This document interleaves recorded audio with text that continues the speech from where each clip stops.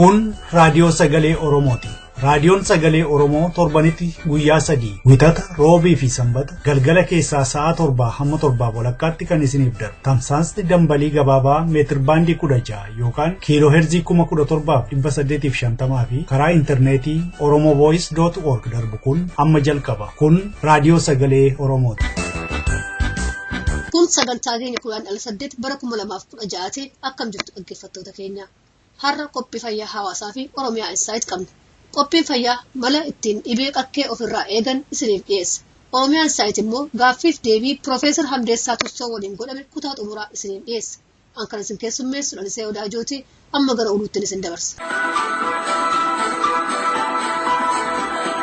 Akkam oltan oduu saatii har'aaf qabnu isin dhageessisa. Barattoonni Oromoo walisoo diddaa isaanii itti fufanii jiru. Poolisoonni barattoota dhaabuuf yaalii godhan itti milkoofne. Oduun achiin gahee akka hubachiisutti barattoonni Oromoo mana barumsaa sadarkaa lammaffaa gara Suudhukii fi mana barumsaa sadarkaa lammaffaa Biiftuu guyyaa har'aa kanneen kutaa 12-10 baratan qormaata fudhatu turan. Haa ta'uutii barattoonni kun haga barattoonni hidhaman hiikamanitti qormaata fudhannu jechuudhaan ijjannoo jabaa mul'isaniiru. Dhaadannoo adda addaa dhageessisaa isaan kan mana barumsaatii ba'an oduun achirraa nu gahee hubachiiseera. Poolisoonni isaan duukaa bu'anii deebisuuf yaalanis itti milkoofne. Poolisoonni kanatti aaran barataan Makonnin yookaan Qeerransoo jedhamu hedduu akka reeban oduun kun hubachiiseera. Barattoonni garuu reebichaa fi hidhaa dura dhaabbachuudhaan ergaa isaanii barattoota akka Bachoo, Sooddoo Ammayyaa fi kanneen biraatiif dabarsaniiru. Aga bilisummaatti barnootan barbaannu jechuun. Haaluma wal fakkaatuun godina Wallaggaa Bahaa onoota Nuunnuuqumbaa fi Waamaa Galootti fincillee diddaa gabrummaatti fufee jira. Uummati Waamaa Galoos bilisummaa isaa labsateera.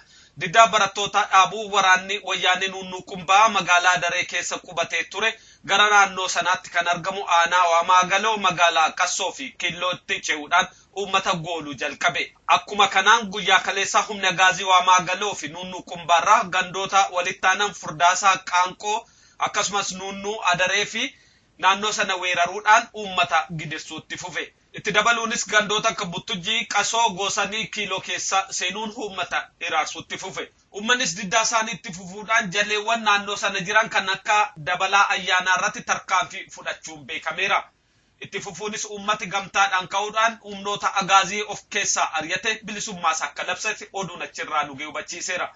Bulchaan Waamaa Hagaloo Tamasgeen Ittaanaa jedhamu immoo humnootuma agaaziin qabamee achi buuteessaa dhabameera jedhama. Ona Nuunnuuqumbaarraayis jaleewwan oppidoo hedduu hidhamaa akka jiran oduun achirraa nu gahee hubachiisee jira. Basaasonni lammiin Oromoo ta'anii beegiif Qondaalaa keessatti uummata rakkisan saaxilaman. Basaasonni maqaan isaanii Haji Yunus Haji Mustafaa, Siraaj Haji Mustafaa, Daawud Huseenii fi Yunus Kadir jedhaman ijaaf gurra agaazii ta'uun uummata rakkisaa jiran. Kana malees namooti Maarqos Nagaasee, Abdullaahi Huseen Taaddasaa, Abiyoot Suukii, Jamaal Shuushaa, Nasrallaa Yamaanii fi Naasir Ahimad akkasumas Qees Nabbaraa kanneen jedhaman agaaziidhaaf karaa agarsiisuuf tajaajila kennaa akka jiran oduun achirraa nu gahee hubachiiseera. Basaasonni kunneen diinummaa isaanii irraa akka dhaabbatan kana ta'uu baannaan tarkaanfiin dhumaa akka irratti fudhatamullee oduun sun dabalee hubachiiseera. Wayyaaneen poolisiif humna addaa mootummaa naannoo Gaambeellaa hidhannoo hiikkachiiftee yeroo ammaa kanatti agaazii fi waraanni wayyaanee naannicha guutummaatti bulchaa jira. Torban 3 dura ture kan tarkaanfiin kun fudhatame. Yeroo sana eegalee bulchaan naannoo sana waraana wayyaanee fi agaazii ta'uun beekameera. Yeroo dhumaatiin naannichatti raawwatamaa jiruttis humnoonni agaazii kun naannoo kana arganis callisaa akka turan beekameera. Wayyaanee yeroo ammaa karoora ja'a baafattee hojjechaa akka jirtu oduun achirraa bahee nu hubachiisa. Naannicha waraanaa fi agaaziin to'achuu, meeshaa hidhannoo hiikkachiisu, hidhamtoota miliqan deebisanii hidhuu, waajjiroota deebisanii banuu fi caasaalee nageenyaa guutummaatti dhuunfachuu akkasumas marii uummataa gaggeessuu akka ta'e beekameera. Agammaatti namooti hedduun naannichatti dhumanii akka jiranillee oduun kun dabalee hubachiiseera. Manni maree nageenya dhaabbata mootummoota gamtoomanii yaalii rokkeettii Kooriyaan kaabaa goote balaaleffate. Manni marichaa walgahii ariifachiisaa Niiyorkitti gaggeesseen gochi Pyongyang seera dhaabbatichaa kan cabse. Kanaan wal qabate biyyattii irratti qoqqobbiin akka kaa'amu ibsamaa jira. Qoqqobbiin kamiyyuu garuu biyyattii niwukileeraa akka hin gabbisne dhorku jedhamaa jira. Rokkeettiin gara hawaatti ergame kun garuu saatalaayitii bakka buusuuf yaadameeti jetti Kooriyaan kaabaa. Oduu saatii kanaaf qabnu kanuma qophii keenya fi waliin nagaan nu tura.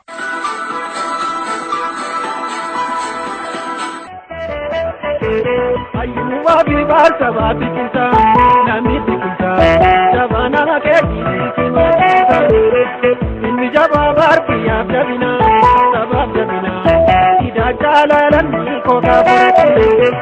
Balamiya harosama ambowa maya chole gabarati balamiya birajole biranole ya kodena ya goda kolen tuba ko ya hare alkayele popo ko la lola goda kolen tuba ko oromera ya tara ina obu ko ya goda adara ya muka ya goda yo la tunebete adara ya muka da melati adara ya yo la tunebete adara ya de mana moti adara ya mota biya buwe adara ya ta de buru galti adara ya episanu galti ya goda kolen tuba ko ya tara ina ko ya goda kolen tuba ko eroni lanumani Oromo ko ya gattawo mari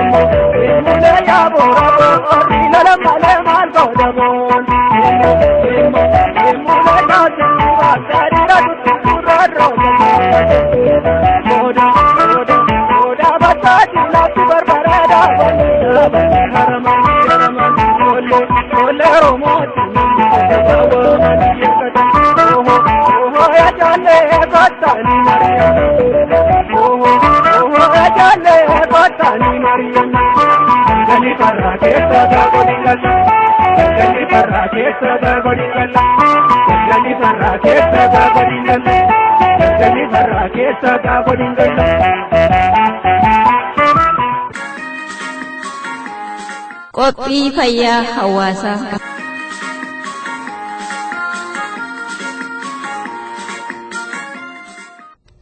Akkam jirtu kabajamtoota dhaggeeffattoota Qophii Fayyaa Hawaasaa. Qophiin Fayyaa Hawaasaa torban lamatti si'a tokko isinii darbu har'a isinii dhiyaata. Kan qopheessee isinii dhiyeesse ana Leensaa Dinqaati. Mata dureen qophii har'aa dhibee qufaasisaa yookaan qakkee Oromoon jedhu afaan Ingiliishiin wuufiin kaaf jedhamuun beekamu irraa haga tokko laalla. Akeeka hawaasa fayyaalessa qabaachuu jedhu qabnuun dhibee kana jala buunee hubannee dhaggeeffattootaafis hubachiisuuf tattaafanne. Egaa qufaasisaan yookaan wuufiin kaaf yookaan akka Oromoon jedhutti qakkeen kun maal? Eenyuun miidha? Akkamiinis miidha? Irraa baraaramuufis maal gochuu qabna kan jedhu bal'inaan ilaalla. Fagaatinaa. Wuufiin kaaf afaan Oromootiin qufaasisaa yookaan qakkee jedhamuun beekamu bo'oo qilleensaa kan miidhu dhibee darbaa baakteeriyaadhaan uumamudha. Keessaa'uu dhibeen kun irra caalaa daa'imman kan miidhu yommuu ta'u, daa'imman harka 200 keessaa dhibee daddarbaa yookaan qakkeen qufaa kanaan kan qabaman keessaa harki tokko lubbuu isaanii ni gaaga'ama. Qakkeen kun lilmee yookaan immuunization fudhachuun ittisuun ni danda'ama. Qakkeen kun akkuma qorraa godhee eegala, achiinis qufaasisuu itti hammeessa. Yoomudhumallee qakkee kana qorsaan yookaan qorichaan yookaan daawwaan tajaajiluun eegalamee tajaajilli isaa raawwate namni qabames dhibee daddarbaa yookaan infekshinarraa qulqulluu ta'e qufaasisuun garuu gara ji'a tokkoo irra turuu ni mala. Qofa'uun booda ol deebisuun yookaan haqqisiisuun illee amaluma qakkee kanaati. Akkuma olitti jenne dhibeen qufaasisaa kun irra caalaa kan miidhu yookiin qabu daa'imman ta'ee keessaa'uu daa'imman umuriin isaanii ji'a 6 gadii irraan miidhaa guddaa geessisa. Daa'imman umuriin isaanii ji'a 6 gadii kun yoo dhukkuba qakkee kanaan qabaman namoota gurguddaa caalaa garmaleetti miidhamu. Qakkeen kunis irra turuun gara dhibee birootti tarkaanfata. Daa'imman irraan miidhaa qakkeen kun geessisu hambisuuf vaccination yookaan immunization yookaan qorsa lilmeen kennamu fudhachuun filmaata isa duraati.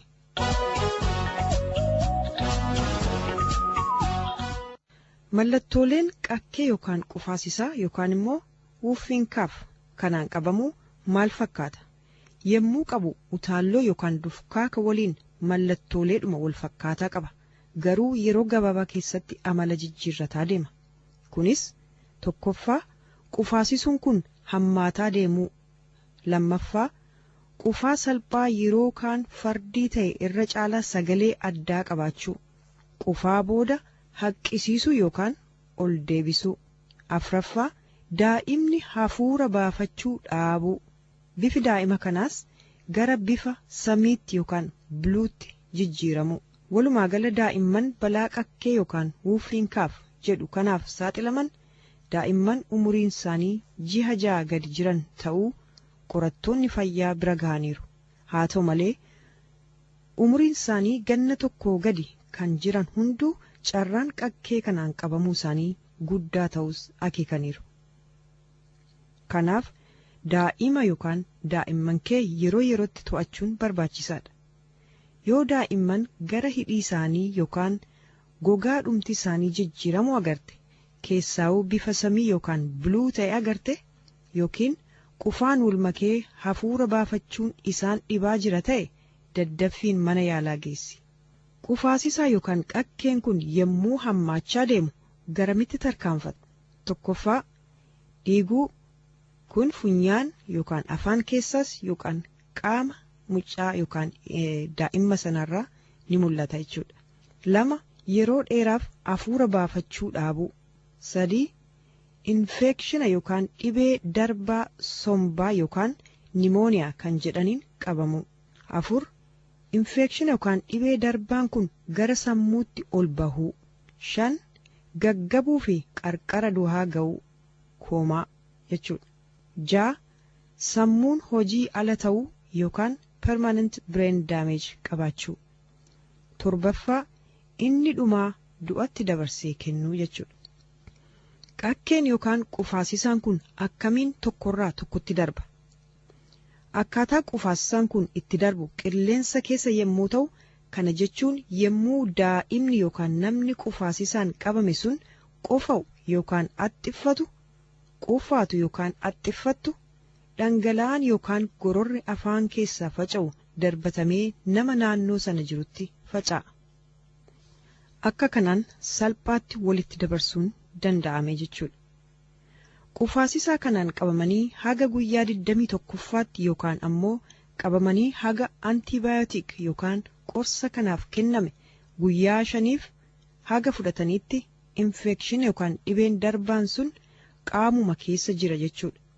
Egaa namni yookaan daa'imni tokko qabamnaan daawwaa ajajamuuftu jira.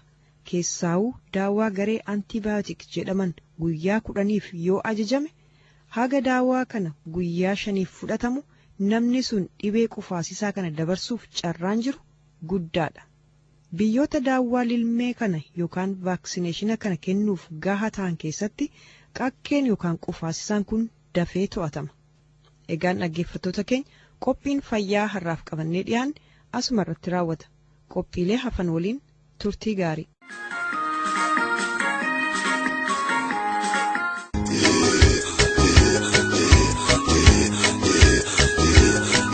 This is Oromo Voice Radio English program. Oromo Voice Radio is broadcasting to Oromia at 16-meter band or 17,850 kilohertz or on oromovoice.org website. OVR broadcasts Oromia Insight program every Monday for 15 minutes at 7:15 p.m. Oromia local time. Welcome to Oromia Insight program.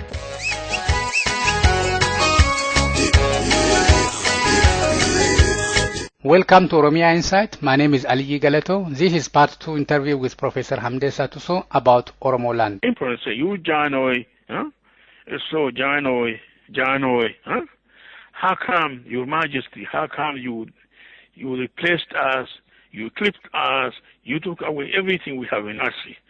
The story is that as a way of appeasing him, the emperor allowed this little territory, Arsi, to remain. And Haile Selassie was a big actor in appeasing his competitors. Then we have the ballet movement started over land, fighting over land. And so for me, I grew up with this terror. And I'm fascinated by the fact that I have lived long enough that the same thing will repeat, the same policy will repeat during the Derg, now also during the TPLF regime. I'm also fascinated by the fact that a new young generation of Oromos across the board, from Welaga University to Dilla University, from Asanda University to Dhaabasaa University, Ambo University, they say no more. This is absolutely fascinating. That's the history of Igala policy. How the Oromo land policy has been implemented during the reign of 6 Habesha regimes? I'll be very brief on this, very fascinating. As I said, this has started with King Selassie. He started taking land in Shawa territory, like Wefifinde, terrorizing, looting, and launching, and killing massively.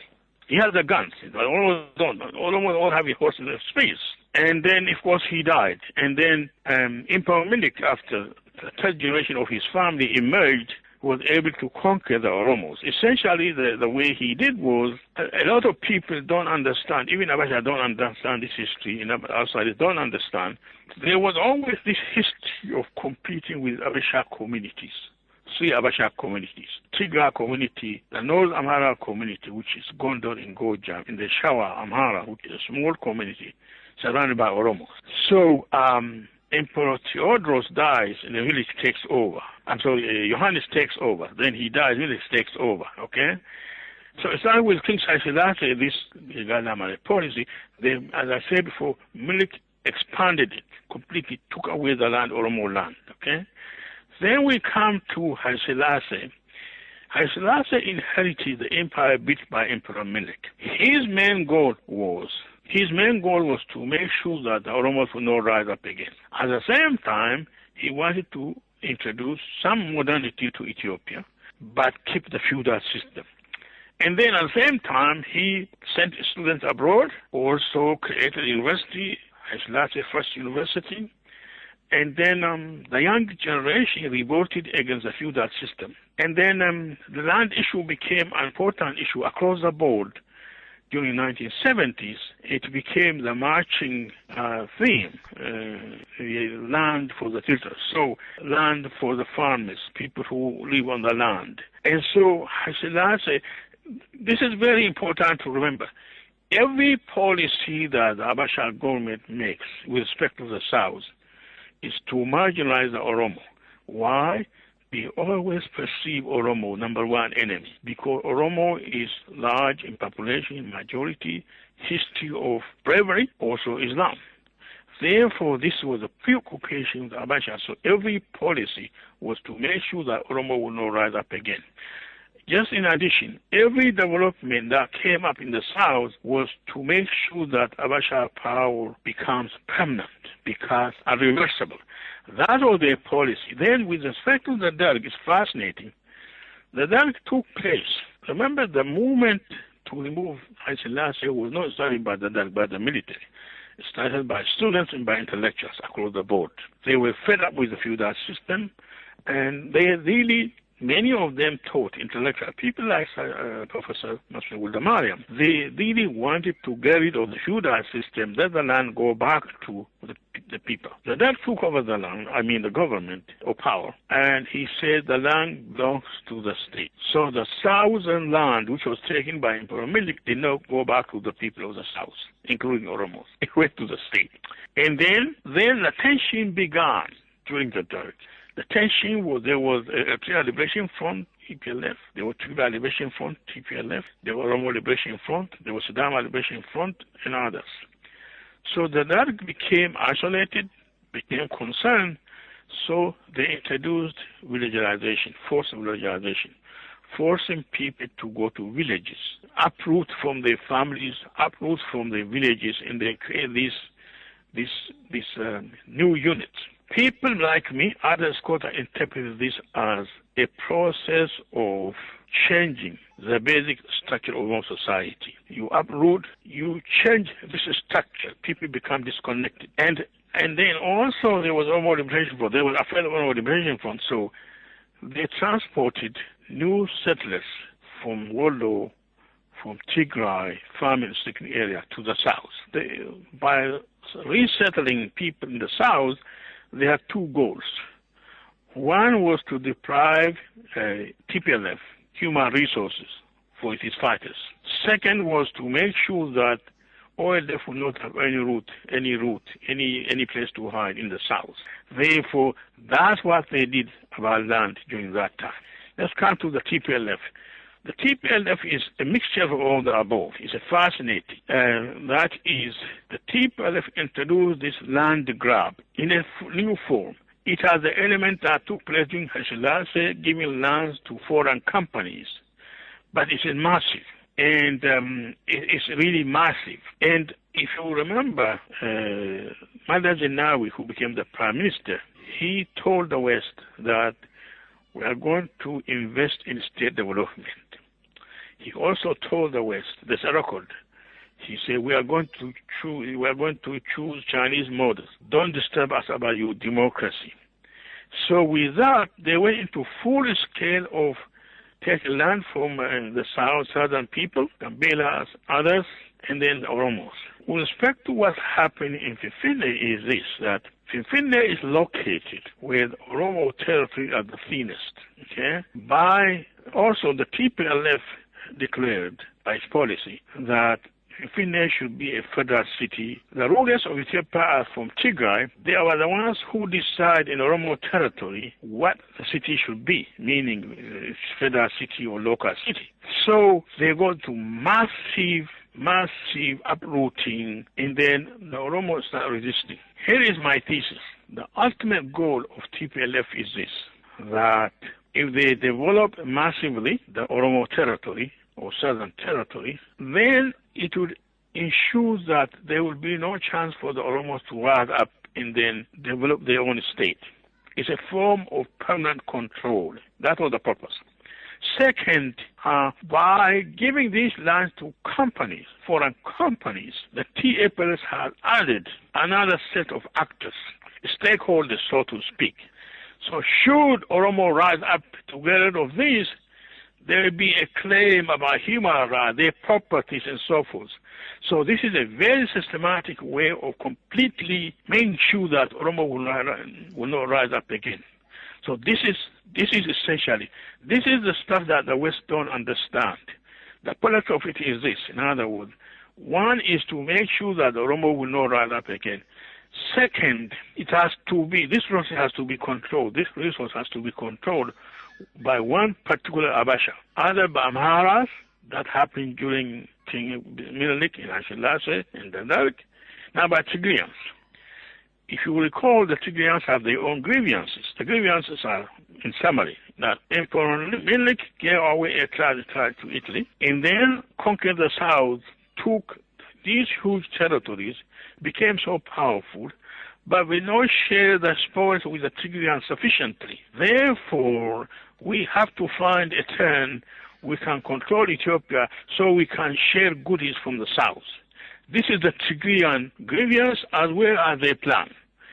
So now it's a Tigrayan turn to take land from the south, amass wealth. And so this is the tension between the two Abasha groups, as well as also a war of terror against Oromos and other groups in the south. What is the role of foreign aid and the goal of land grab? What is the relationship of the foreign aid and the land grab? The foreign aid, the outsiders give foreign aid to Ethiopia essentially for two purposes. One is they hope that it will be used to improve the economy and feed the people, no more famine. That's one. They want Ethiopia to integrate a market economy. Second, also for geopolitics. Throughout the history of the Ethiopian Empire, geopolitics has been always very important. And they believe in the mythical Ethiopia. The Ethiopia never existed. They never existed. That entity that never existed. Ethiopia, the oldest state in Africa, 3,000 years, unified, politically solid, the leading entity state against colonialism. This is the memory they have. This is a mythical Ethiopia. Okay. The other Ethiopia that I never understood is diverse, where you have a colonial system, Abashas on top, The Habasha also have grievances against each other. So the third thing they didn't understand was the Habasha Parla, which is vertical. In Habasha culture, there is no concept of horizontal relationship. You cannot participate, you cannot share, you cannot concede. We magzatno, we magazatno. Abro magrat. Okay? It's interesting, Mandas told Herman Cohen. Herman Cohen was the Assistant Secretary of African States, 1990s. He's the one who actually endorsed the idea of TPLF taking over. Out of 3 liberation fronts, he selected his group to take over. He claims that he didn't have any choice because the TPLF was already going to enter Al-Saba. They appealed to him and that they didn't want bloodshed, so they wanted him to approve their interest to Al-Saba. That is his claim. However, after that, there have been great chances for the American government to help the situation by insisting on human rights and democracy. They have not done it. All of a sudden now we have a new situation. You have got the Somalia crisis, the rise of Al-Shabaab. Originally they wanted to use Ethiopia against Sudan. Now we have got Al-Shabaab connected to Al-Qaeda. So this drama, during Haile Selassie time, they wanted to use Haile Selassie against the Soviet Union. The Derg switched sides. The Derg wanted to use, the Soviet Union wanted to use Ethiopia against the interests of the United States. Now we have a new situation, the new Cold War. The new Cold War is a war against terrorism and also a war against the infidel on the African continent. So the foreign aid is to help to feed the poor, develop the economy, and so forth. At the same time, also for geopolitics. They never really understood that. The Ethiopians that never existed. That we have this incredible crisis. The crisis is now, just like Haile Selassie regime, this government became the most hated regime of its time. The Derg subsequently, eventually, evolved to become the most hated regime of its time. Now we have the third cycle. I lived through all of this. Now we have this. I don't know what the future will be. And the issue is this. I saw on videos recently, the Oromo protesters are tearing down, they burn Mandas's park in some part of Shawa. They took down Mandas's pictures in Oromo territories. To the Oromos, Mandas is number one enemy. To the Tigrayans, he's a hero. The Tigrayans have the gun. The Oromos don't have anything. So you have really a very dangerous situation that can evolve to very serious genocide. Already the Habasha rule against Oromo has been genocidal, killing as many as possible, terrorizing, taking their properties, demonizing culturally. But this is now physically violent confrontation. We don't know. So this is the crisis. Look, TPLF is the beast that they courted because they wanted to get rid of the Derg. It is a beast that they adopted as a partner. It is a regime that fed with arms to its thieves, with funds, and also support diplomatically. Now, it does not know what to do with it. Finally, I want to say something about Malla Zenawi. I compare him to Ahmed Chalabi. Ahmed Chalabi was an Arab, a Shia from Iraq.